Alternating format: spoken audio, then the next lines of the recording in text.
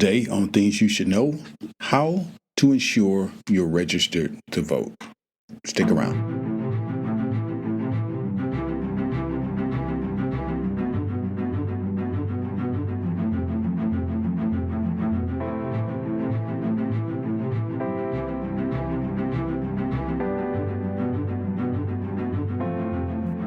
Here at Things You Should Know podcast, our focus varies from commonly asked questions like, what are the top email apps for iPhone users? Or how much does it cost to go to Disney World anyway?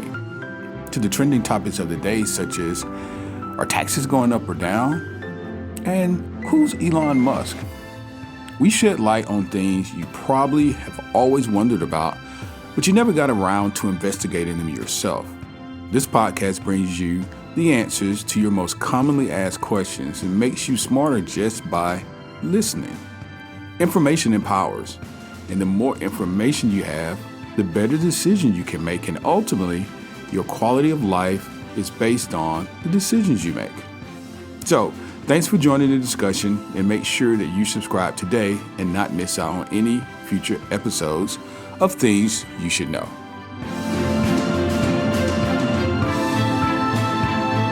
Hey guys, welcome to the show. You've reached Things You Should Know, and this is Kelly. I'm your host, and as always, it is my pleasure to welcome you in to the podcast.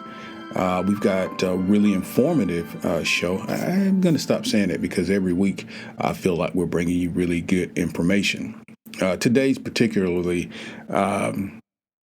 needful because we've gone through in the last year a very how do I describe this? A very tumultuous and widely viewed election cycle throughout the world. The United States has a new president, but getting to this point was very tumultuous. And in the process, I found out that many people were not registered to vote, did not know how to register to vote, had questions about if their registration was valid in certain counties, in certain cities, if they've moved. There were a lot of questions. So I thought I'd take the time today because now that this particular cycle is over for president, we will be coming up in the next 2 years and we'll be voting again. And it's always some good information to have. There's always good information to have. So today we're going to talk about how to register to vote, how to ensure that you are registered to vote. I'm going to tell you where to go if you have any questions. And this way you can help your friends and families and associates who also may be questioning, am I registered? You know, I moved last year and I'm not sure if I'm registered. Does my registration carry over to where I currently live? Or I just turned 18. How do I register for the first time? What paperwork do I need, et cetera, et cetera. We're going to go over all that today. So anyway, I want to thank you for joining the show. We are going to jump right into it. If you're a first timer, please make sure that if you've not done so already, please go ahead and hit that subscribe button, subscribe to Things You Should Know. We do put out a show every other day. And it's very informative. So if you'd like to just get smarter by listening, this is your podcast. All right, guys, let's get rocking and rolling here. So registering to vote. I would hope that most of us are already registered to vote. But let's start at the beginning if we are not. How, Kelly, do you register to vote? What's the most seamless way to do this? So I live in the state of Georgia.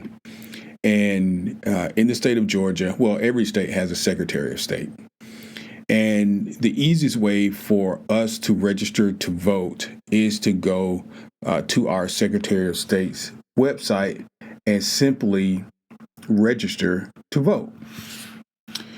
Or if you want to do it a little differently, there's a number of different sites, but I'm going to give you some official government sites that will help you do a number of things.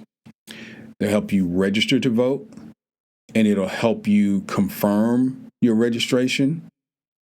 It'll help you get your voter registration card, and it tells you voter registration age requirements, how to change your voter registration, any questions you may have. So one of the first sites that I like is called USA.gov. USA.gov. So I'm going to walk through this with you just a little while. So on this page, what you can do is register to vote. Right in the middle of the page, first thing that you see is a tab that says register to vote. You click on that tab and it will take you directly to the registration. You can register online. This particular site is good for every state. So let's say if you don't want to go to your Secretary of State's page, you can come here to USA.gov and you can register to vote. You can also download the National Mail Voter Registration Form if you want to simply fill it out. For whatever reason, sometimes people get a little funky about it's curious. This last cycle, and I want to get off into the weeds, but there was so much misinformation out there to confuse people. People began to doubt if the mail worked. People began to doubt if I do this online, if is it going to work. So whatever your preference is, if you want to do it online, you simply follow the prompts to start your voter registration. If you like to register in person, it has a link here that talks about registering in person. And all you have to do is click the button, say register in person. It will tell you where to go by listing your state and your local election office. Okay? Now, Kelly, what if I'm in the military and what if I'm overseas? Yep. Same tab. Well, not the same tab. Underneath that tab, there's a overseas and military voters tab, which gives you instructions on the federal voting assistance program that lets you register to vote and also request an absentee ballot if you are, number one, a U.S. citizen living outside of the U.S. You don't necessarily have to be in the military, but if you're a U.S. citizen, you live outside of the U.S., you can request it here. If you are a service member and you are stationed overseas, then of course you can request your absentee ballot here as well, and you can register to vote. If you are a spouse or eligible family member of a service member also stationed overseas but not in the military, you can request that as well. So you simply click on the tab that says register to vote and request an absentee ballot, and it will take you through a series of prompts where you will be able to get the information that you need. I feel like this site is probably one of the more comprehensive sites. Again, it is USA.gov, USA.gov, and I found that this to be the most helpful. Now, there are a few other sites as well. I'm going to give you at least one more. This one is U.S. Election Assistance Commission, and it is the EAC.gov, the EAC.gov. Well, you just type in EAC, not the EAC.gov. And right in the middle of the page, it tells you register and vote in your state. And it has a drop-down window for all 50 states. And you simply select your state. So I'm going to go in here and I'm going to select Georgia. And after that, you hit Get Info. And what it will do is give you all of the information on registering to vote in your state. And for my case, it's Georgia. So now, because I've selected Georgia, I have a local election office directory that popped up. I have a state election office website that's popped up. I also have a link that says register to vote. And of course, that link takes me to where we started off, which was the Secretary of State's website for the state of Georgia. It also has an absentee or mail or early voting information. It has a poll place lookup. A lot of people don't realize where their polling place is. And one of the more common mistakes that I've seen, because we were out and we're very engaged in this last voting cycle, particularly, listen, you guys know what was happening here in Georgia. We had the runoffs with the two senators. So our election cycle actually went a little longer than everyone else's. So we were really engaged in that, and being out and among the people, we found out that so many people did not know, just were not educated. They didn't know when the runoff was, although there was signage and commercials galore, they didn't know where to go. They didn't know where to go. In my state, particularly in my county, there's early voting.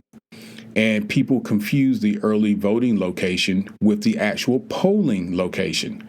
Early voting location, particularly in my area, is not the same as your polling location. If you determine that you want to early vote, then you go to one location. But after early voting is done, that location is shut down. Your polling location is where you would go to vote during the day or the election day. And people didn't realize that. People also didn't realize if they had moved, if their polling location had been changed. So, for example, if you normally go to Church A and you vote there, but for whatever reason, your new polling location now is School A, well, going to Church A and standing in line and finding out later on, particularly close to when the poll is going to close, is not going to help you. So it's important that you are empowered and that you know. I mean, this entire podcast is about empowerment. This is why we provide you with so much information. The more information you have, the more empowered you can be, the more information you have. My theory and my hypothesis has always been that the better decision you can make. And then, of course, you can affect your quality of life.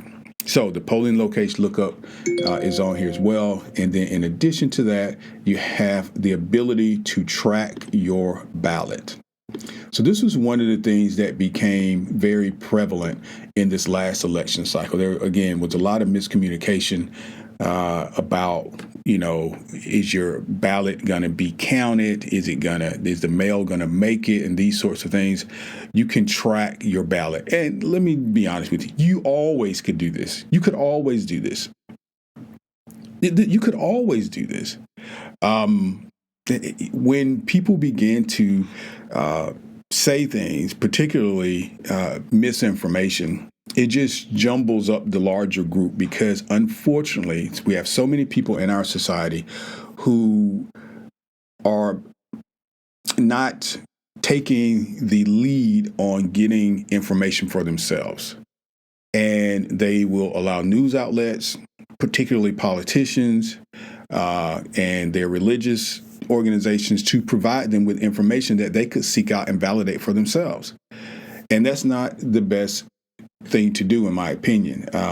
It's okay to listen to the news if that's what you want to do, or to listen to, religious leaders if that's what you want to do. But don't allow that to replace your ability to discern and to make decisions and to gather information for yourself. All right. So enough with that. All right. So you have two websites that you can go to, USA.gov, and then you have EAC.gov. And I think I'm going to give you this last one, and that's going to be it. And this one is relatively simple, very easy to remember, and it is vote.gov. Vote.gov. So vote.gov is very similar to EAC.gov. It's a very simplistic website. It's not confusing at all. When you go in, you'll see a drop-down window that says, where do you live? You like to register to vote? Well, where do you live? So let's select Alabama, for example. Then you click on Find Out How to Register. And when I click on Alabama, it says how to register to vote in Alabama. You can start with the online registration process at Alabama's election website. So maybe I want to go there. You can also register to vote by mail or in person on Alabama's election website as well.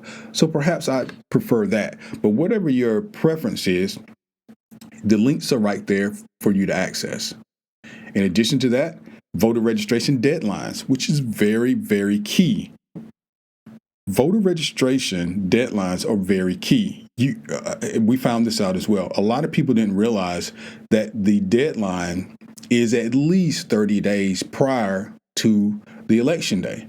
People think that they can vote a lot closer or register to vote a lot closer to the election day than they actually can. So this is the reason for the podcast today.